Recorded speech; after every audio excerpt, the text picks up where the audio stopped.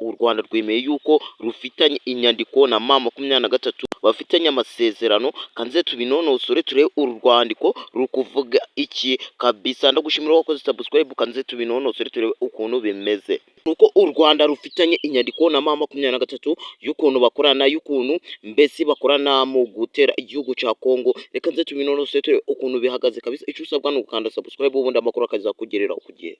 Yandizere yuko ubwo rupapuro umaje kurubona, urabona ko rwanditseho ikirangantego ambasade y'u Rwanda. Uru rupapuro ni urupapuro rwanditse ku itariki 22 kabisa. Ubwo rupapuro rwanditse ku itariki 22 z'uku kwezi kwa mbere kabisa 2023. Uramenya yuko ari ejo bundi hasize iminsi 2 rwanditse. Inyandiko yanditswe na ambasaderi Dirida Mukantabanwa yandikiye inteko nshinga z'ubumwe za Amerika, agace gatoya gashinzwe Afurika.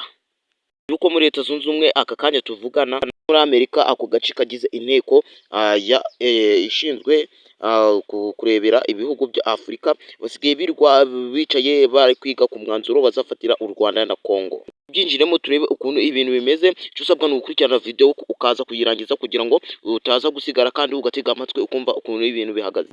Ukuntu bimeze mu mujyi wa Uvira, M23 bari kuvuga yuko iri kurwanya ndetse igatera ibisasu bikagwa ku mujyi nako ku mupaka w'u Burundi ndetse n'uwa Kongo, ndetse nibikomeza kuba nguco u Burundi na Kongo haraza kuba intambara, ndetse iyo ntambara iraza gufatwa no mu gihugu cy'u Rwanda kabisa. Kandi bari kuvuga yuko mu gihugu cya Kongo hari kuba kwicana kw'abatutsi ndetse kwica ubwoko bw'abatutsi, kandi bari kuvuga yuko bari kubyamaganira kure kugira ngo bitambuka bikanagira mu mupaka, bikarenga umupaka w'u Rwanda bikaza mu Rwanda. Ibyo bari kubyamagana gatanu. Kandi icyo usabwa ni ukanda subscribe, amakuru akaza kugerera igihe. Reka ikiganiro cyacu tugisoreza hano, ubundi tuzahure mu bindi bigiye bitandukanye.